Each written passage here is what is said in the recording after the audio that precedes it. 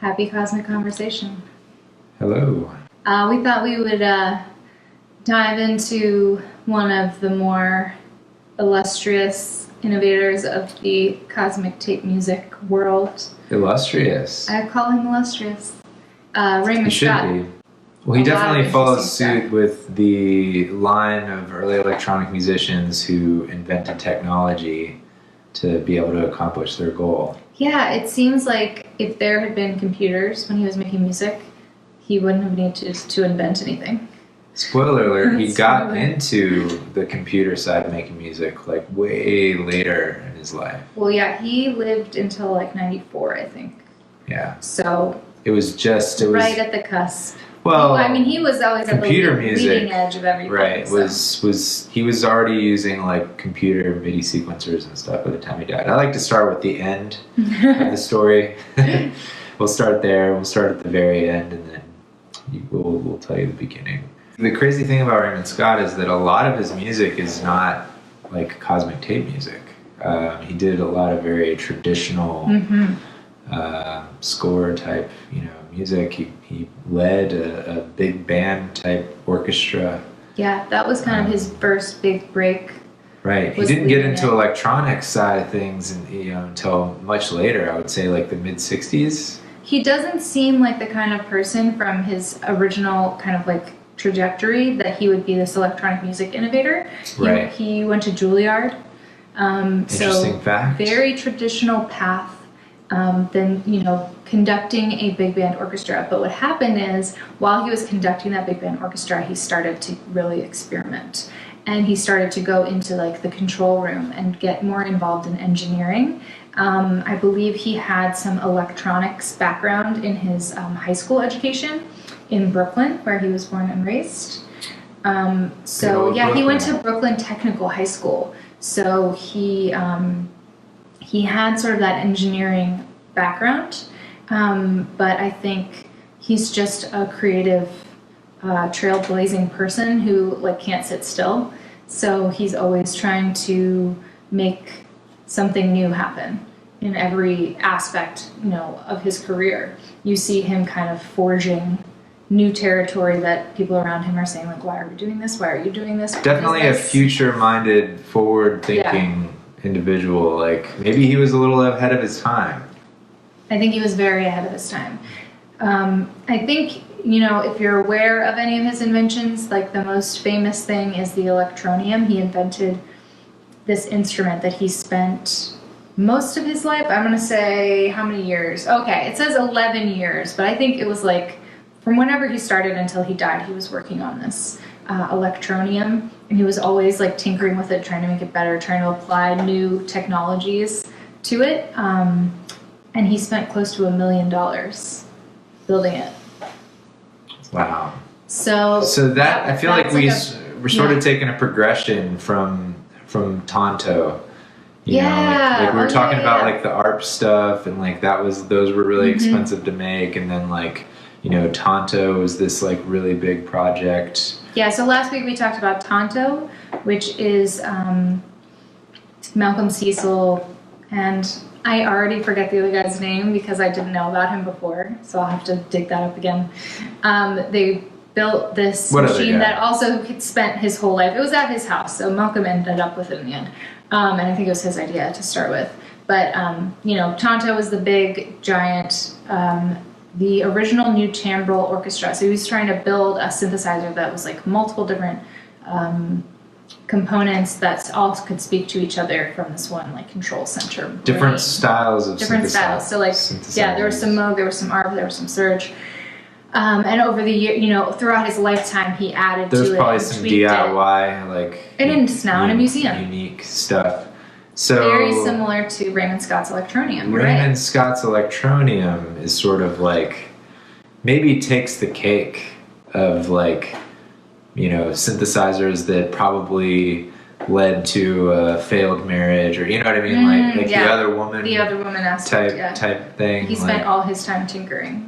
Yeah, he probably didn't spend any time with his children, or... It seems like that. Well, that's a good segue to, I think, you know, we probably knew I a was little going bit somewhere with about that. Raymond Scott before this, but there was a documentary that his son made a few years ago.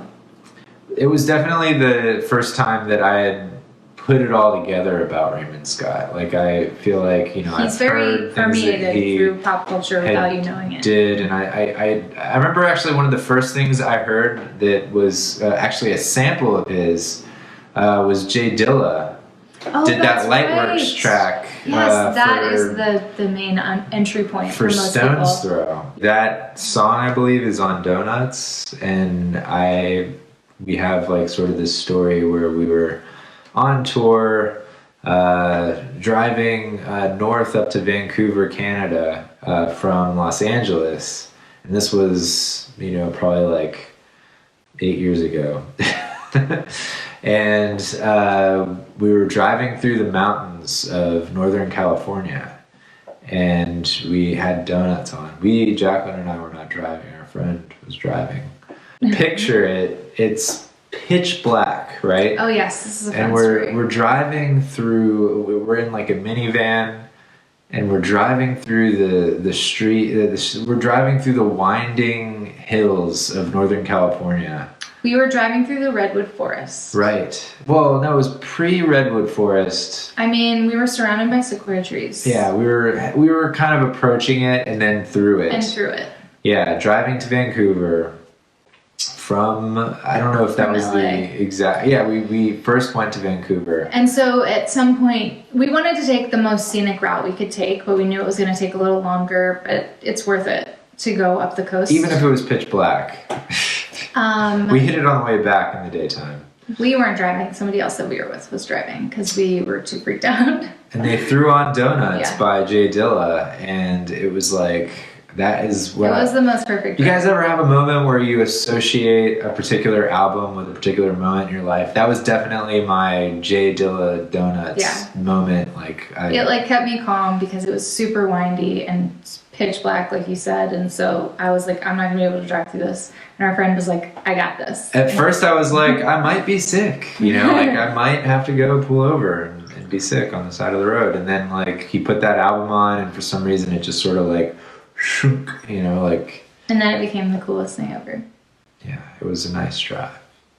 But yeah, when I saw the documentary, I was kind of like, oh, he was kind of like an electronic musician version of like Les Paul. Like, you know, he recorded all this stuff on his own. He invented technology, like, you know, to create the kind of compositions that he created. And, you know, there was a lot of innovation.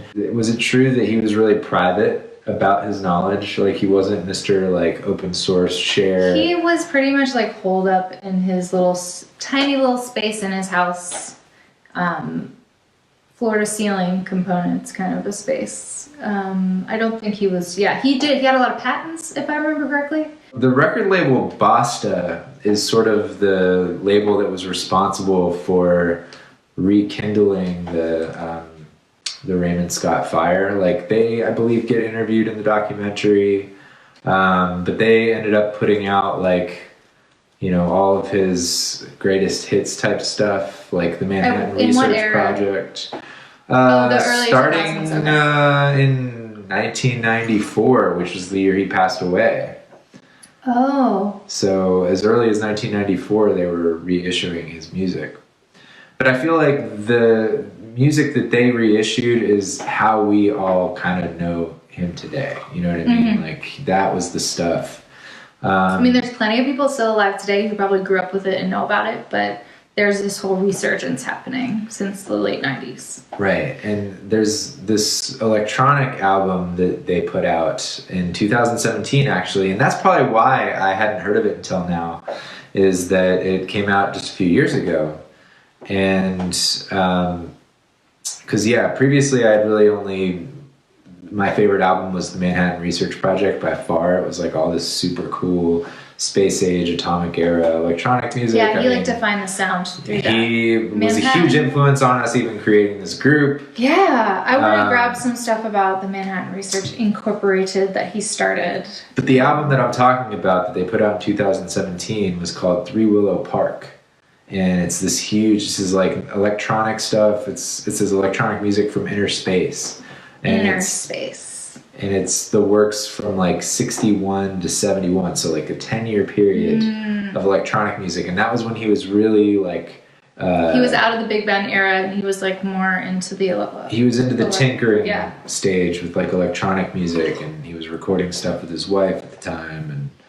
And but that compilation like looks amazing. So earlier we were talking about how one of the ways that we learned more about Raymond Scott initially was through this documentary that his son made called Deconstructing Dad.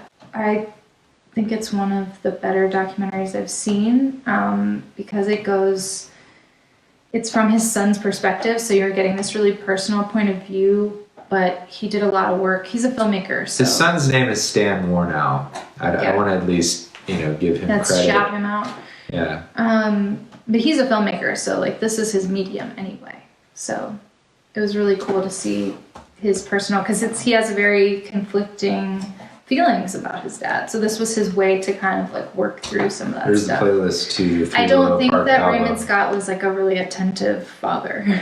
I remember in the documentary that it said that when he passed away, they found all of his tapes. So similar to the T-chest. Yeah, to Joe Meek's T-chest. Tapes. They found all these Raymond Scott tapes, when he passed away. And so it makes sense that this compilation only came out in 2017. So after he passed away, they were like, let's open the treasure trove and release all this stuff. So they probably went through and like remastered all the best stuff. And I think he had like thousands and thousands of tapes. Like there's a half-speed demo version of something called Rhythm Sample 2. That sounds like... Again, his stuff was in like Ren and Stimpy. I didn't know that, but that makes sense. So more of his orchestral big band stuff. The Cartoon Connection.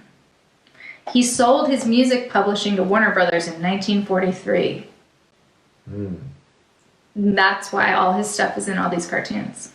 Looney Tunes, The Simpsons, Ren and Stimpy, Animaniacs. He did this thing called the, The Secret Seven. The Secret Seven. This was a band of top-tier jazz session musicians. They recorded an album, and it was credited to the Secret Seven. And he withheld the identity of the musicians. That was a secret moniker? And so he got together like the best 7 jazz session musicians at the time. They made an album, and they didn't credit anybody. They kept it secret. He still loves secrets. Well, and that's super jazz. Super jazz. That idea is super jazz, I would say. But it was Elvin Jones, Milt Hinton, Kenny Burrell, Eddie Costa, Sam the Man Taylor, some Harry slumpers Sweets Edison, for sure. Wild Bill Davis, and Toots Thielman. What? Yeah, so powerhouse. Okay, I just my eye got drawn to Mark Mothersbaugh and this page I was looking at. You must. So I just want to jump back to the Electronium. Mark Mothersbaugh, DEVO. He purchased Scott's only non-functioning Electronium in 1996 with the intention of restoring it, but I don't think he ever did. They made a digital reconstruction of it, and it's at the London Barbican exhibition. AI, more than human. I mean, it was basically Ableton Live in a really early. It's so big too. Incarnation. It's just this huge wooden box, and it was like tubes and transistors and like all the most expensive components at the time. Like that, he spent. Did you say this already? He spent like $1 million in the 60s and 70s. $1 million on this monstrous synth computer thing. Like. I think there was a big emphasis on how many simultaneous sequences it could have going on. I think the sequencers were super complex compared to what was going to come out commercially. I think it predated a lot of the commercial synthesizer stuff anyway as well. Yeah. I'm finding conflicting information too, because it says that he spent 35 years building this machine. But his Wikipedia said 11 years, so I'm not sure. It's conflicting information there. $1 million over 35 seems more realistic than $1 million over 11 back then. So the Electronium was intended to be an orchestra with 1,000 voices. So the Tanto is a good, correlation. And I wonder, it'd be interesting to do some research on, how much Malcolm Cecil knew about the Electronium, and like, did the Tanto and Electronium worlds collide? I don't think or anybody influence knew each about the other? I don't think Electronium. anybody knew about either thing. He established the Electronium Corporation of America to attract investment in his building of the Electronium. And I guess Berry Gordy commissioned, that's right, I remember this. Berry Gordy commissioned him to come to LA and build an Electronium in the Motown studios. Because this was supposed to like take the work out of like composing music. Everybody's trying to find the quickest way to make the hits. Oh, I could actually hire somebody to like control this thing and pump out a hit With like orchestral arrangements. Filling, the hit factory with a room full of people. But he never completed it. So it seems possible that maybe it was never possible to complete. Or maybe he never intended it to be completed. It wasn't commercially viable. He couldn't just pump out an Electronium. It seems like you always needed like Raymond Scott at the panel, like doing it. It wasn't as independent.